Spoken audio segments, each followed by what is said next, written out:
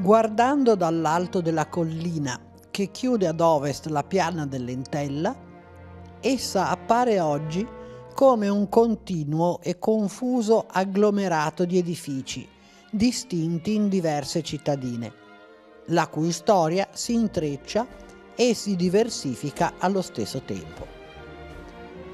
Il territorio che si avvia dal Colle delle Grazie fino al fiume oggi vede l'espansione di Chiavari, borgo la cui origine sottolinea il potere economico di scambi marittimi e terrestri già evidenti nei secoli avanti Cristo. Il sepolcreto, risalente al VII-VIII secolo avanti Cristo, con le sue tombe a cassetta e i corredi funerari, la olla vinaria di origine etrusca risalente al V secolo, oggi tutti esposti nel locale museo archeologico, parlano di una popolazione già stabilitasi al piede delle colline con una certa floridezza e apertura ai rapporti con terre e genti lontane.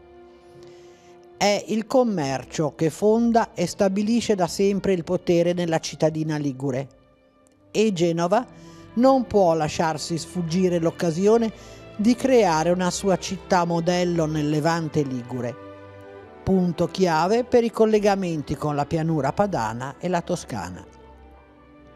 Nasce così una struttura fortificata attorno al borgo per affermare un potere centrale nei confronti delle consorterie feudali. L'anno 1167 il castello di Chiavari e le sue mura intervallate da torri proteggono e rinchiudono un mondo che cercherà di espandersi nei secoli.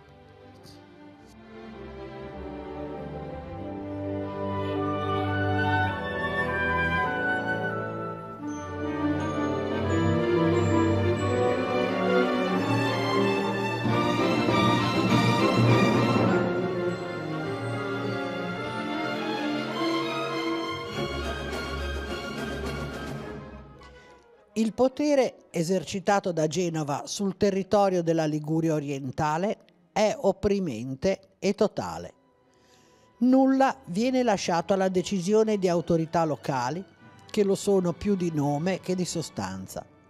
Ogni decisione viene presa dalle magistrature centrali, che sono preposte a qualsiasi atto della vita pubblica o privata.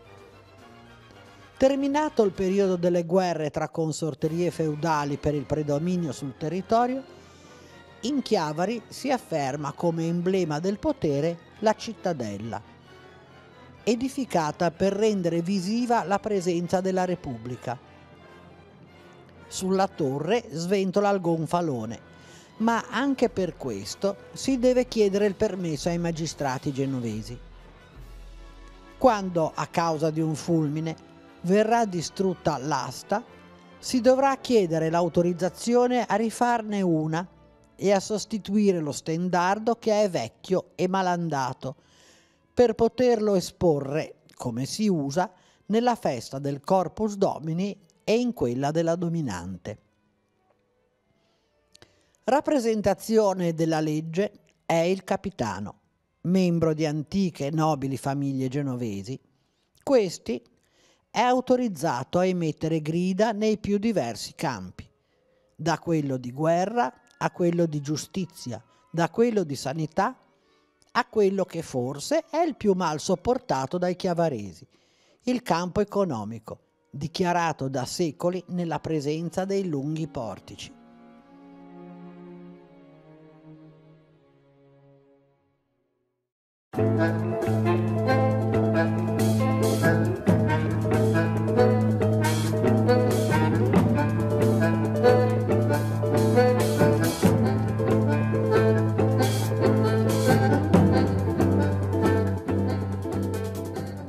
Situati in direzione est-ovest, paralleli al lido per tutta la lunghezza dello spazio entro le mura medievali, sotto essi si esercitano le attività economiche tipiche del borgo. Ma la sete di spazi, il desiderio di ampliare abitazioni e di espandersi porterà alla chiusura di porticati e ad uscire dalla cinta delle mura. Complice anche l'ampliamento della zona arenile. Il fenomeno di regressione del mare sarà un invito ad occupare nuovi spazi e le famiglie di nuova nobiltà, non più feudale, ma acquisita col potere economico, occupano i siti arenili spesso in detrimento alle necessità di altri. Chi trae sostentamento dalla pesca trova occupati i luoghi in cui un tempo tirava in secca le proprie imbarcazioni.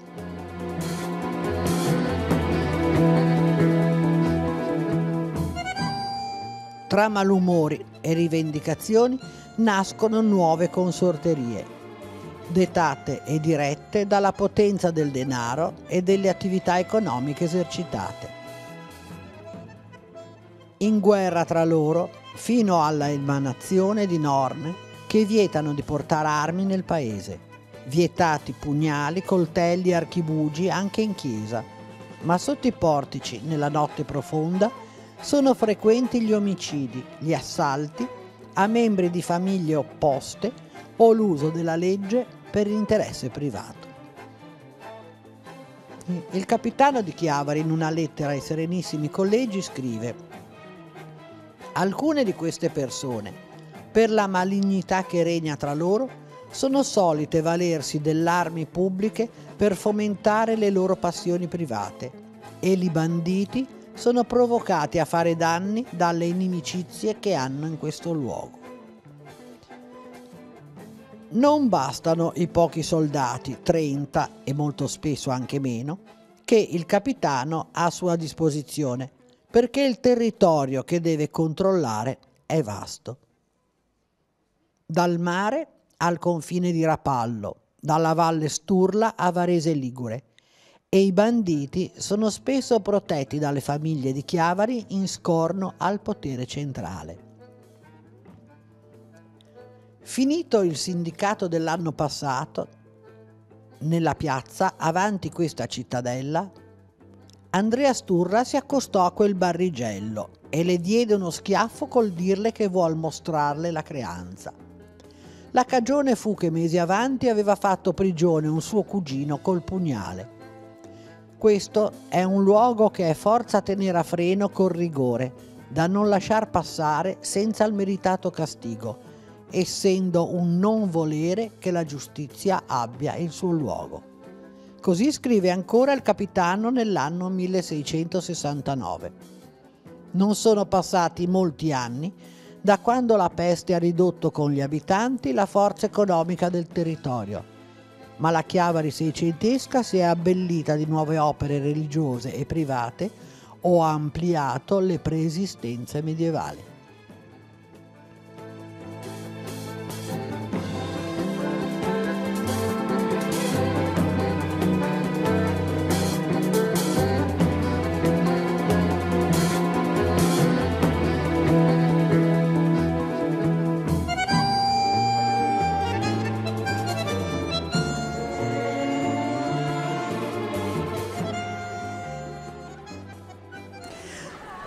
«4 ottobre 1669, sulla piazza della cittadella, proprio in questa piazza qua, sono presenti e stanno camminando assieme un pescatore, un marinaio che porta un grosso pesce.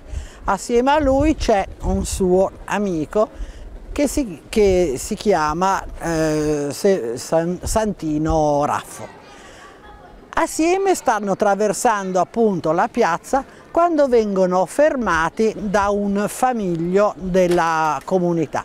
I famigli erano una specie di pubblico amministratore che doveva gestire le norme che venivano emanate dal capitano di Chiavari per conto della Repubblica di Genova. Il famiglio ferma il marinaio e gli chiede conto per 2 volte, gli chiede da dove ha preso il pesce, a cosa gli serve e dove lo porta. Questo perché secondo le norme della Repubblica di Genova, era necessario, per poter vendere il pesce o portarlo a qualcuno, prendere le famose cosiddette mete, ossia il prezzo che veniva stabilito in camera, ossia negli uffici della cittadella, proprio per il pesce. Non ottenendo risposta, il famiglio comincia a prendere il pesce e cerca di portarlo via. Ma il marinaio fa resistenza e Santino Raffo, che è insieme al marinaio, appunto, comincia a inveire con male parole, dicendo delle parolacce e minacciando il famiglio, il quale continua a tirare il pesce, e tra questo tira e molla. A un certo momento Santino Raffo dichiara che il pesce è stato preso per conto del magnifico Anton Cesare Rivarola. Al sentire questo nome il famiglio dice: ma dovevate dirmelo prima, io non avrei fatto niente e avrei lasciato tutto così. Allora questi riprendono il loro cammino e il famiglio torna verso l'entrata del Palazzo della Giustizia, dalla torre che è la sede dove è il capitano di Chiavari. Ma mentre si avvia per andare in questo punto, entra sulla scena, proprio proveniendo dai suoi palazzi, il magnifico Rivarola, che è in compagnia di alcuni suoi amici, e questi, appena vede il famiglio, avuta notizia di quello che è successo, con un bastone dà una bastonata. Ed è una bastonata data a un pubblico ufficiale, perché il famiglio è un pubblico ufficiale della comunità. A vedere questo fatto, allora il famiglio decide di denunciare, va nella sede del capitano e denuncia al capitano la cosa che è successa, al che sarebbe necessario un processo. Il processo bisognerebbe farlo, ma il Anton Cesare è un personaggio troppo importante e riesce soltanto il capitano di Chiavari a ottenere di scrivere 2 lettere con quello che è successo ai collegi a Genova, alle magistrature centrali, ma le lettere spariscono improvvisamente, non se ne sa più niente. Ecco che quindi l'unica cosa che si riesce ad ottenere è poi un finale addirittura triste, perché Anton Cesare non viene condannato, anzi nella piazza insieme alla madre Maria Benedetta piantano un'enorme chiassata perché vogliono a tutti i costi che venga punito il povero Raffo, amico del pescatore, che aveva osato dire che il pesce era per la famiglia del Rivarola. Allora il Raffo viene punito dal capitano col braccio di giustizia, ossia punito corporalmente con 2 tratti di corda, e il capitano è invelenito da questo fatto. Il capitano di Chiavari vorrebbe ottenere una giustizia che invece non potrà ottenere, perché dice che Anton Cesare Rivarola ha mostrato tutta la sua protervia e tutta la sua importanza agendo di fronte al popolo nella piazza della cittadella, quindi il luogo più importante del potere, in scherno del capitano. Ed avendolo incontrato varie volte l'ha deriso, gli è andato incontro schernendolo e deridendolo, e alla fine il capitano non può fare altro che accettare il risultato di questa faccenda, quando Anton Cesare Rivarola, rivolgendosi a lui, dice: sì, io ho picchiato gli sbirri, per derisione del governo. E quindi ecco una storia che noi abbiamo trovato in questo, che è un manoscritto, che è il copialettere di tutte quelle che erano gli avvenimenti, i fatti quotidiani che il capitano di Chiavari doveva inviare a Genova. Il capitano di cui noi leggiamo adesso il libretto era Giacomo Monsia, che veniva da Genova e aveva assunto questa che era la carica più importante di tutta la zona, che era il capitaneato di Chiavari.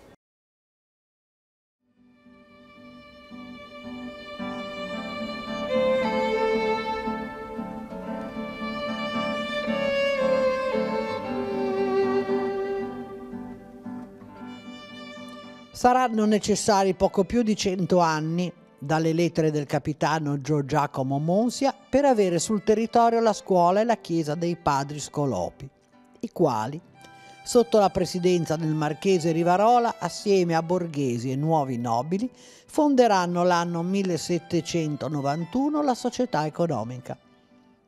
Sulla scia delle accademie illuministiche, non solo a indirizzo letterario, ma con una visione più ampia e di miglioramento delle condizioni di vita della città e del comprensorio. È necessario nuovamente uscire dal ristretto della città con nuovi progetti viari o recuperando le antiche attività che hanno dato lustro e potere alle famiglie chiavaresi. Siamo nel giardino dei lettori. Qui alla Società Economica lo spazio retrostante l'ingresso del palazzo e la biblioteca è stato riadattato ad uso di un giardino un po' speciale in cui si può venire a studiare, a leggere. E noi leggiamo qua una lettera, un documento molto particolare, datato 30 novembre 1791. Pochi mesi dopo l'inaugurazione e la creazione della società economica. Nel palazzo di Sua Eccellenza il signor Francesco Maria Duca Grimaldi. Viene fatta in questo palazzo, si tiene la adunanza generale della società economica per il territorio di Chiavari. In essa vengono acclamati dei soci corrispondenti che sono diversi sacerdoti dell'ordine dei predicatori, alcuni vengono da fuori, tra cui anche il reverendo Domenico Podestà, arciprete di Sestri Ponente. Vengono lette diverse memorie che riguardano l'introduzione e il recupero delle attività antiche che erano qua nel Chiavarese e tra queste le arti e le manifatture che riguardavano la creazione, la fabbricazione dei remi per le imbarcazioni e dei cordami. Ma in particolare si legge una lettera anonima nella quale è scritto che le strade contribuiscono al commercio interno ed esterno e però le strade del Chiavarese, pur essendo abbastanza buone, non hanno possibilità di portare ad altre parti perché il ponte sul fiume Entella è stato distrutto. Vi era un ponte in legno ed è stato quindi distrutto da una grande piena. Ciò porta a non aver possibilità di commerciare e a non aver possibilità di espansione. E allora si chiede alla società economica di attivare i mezzi più facili e meno onerosi per tutti gli abitanti per trovare il denaro necessario alla costruzione di un ponte carrabile sull'Entella, ma fatto in materia, cioè in materiale più compatto, per poter portare avanti il progetto economico del paese per la crescita economica di tutto il territorio.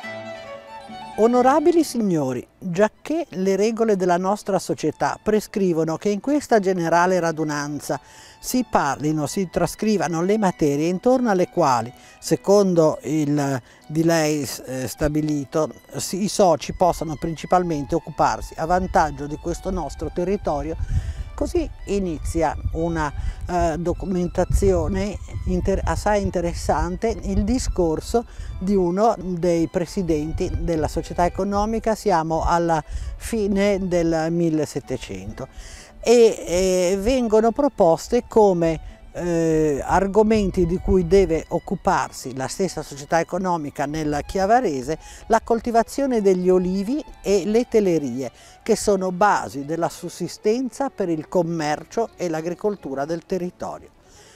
Importante e interessante è vedere come partendo dal recupero delle produzioni agricole, si cerchi di portare delle innovazioni. Infatti lo scrivente dice: combiniamo i diversi metodi già praticati dai nostri possidenti con i lumi sparsi in tanti libri.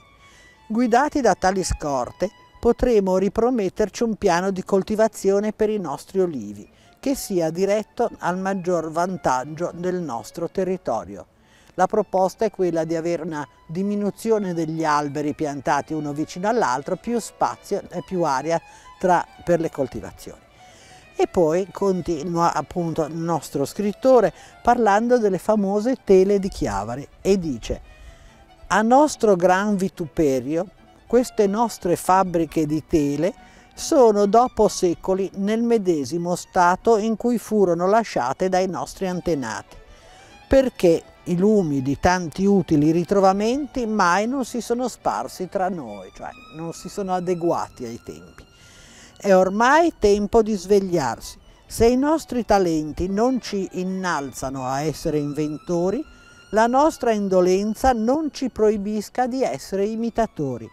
Procuriamoci di istruirci delle macchine, dei metodi, delle invenzioni tutte delle altre nazioni e di farne adottare qui da noi la pratica. Ecco, con questa proposta lo scrivente termina poi dicendo che questo sarà bene per tutto il territorio, tutto il pubblico sarà lieto e noi possiamo essere sicuri, onorabili signori, che l'esito il più felice sarà l'esito delle nostre fatiche, che saranno continuate con fermezza e con vigore.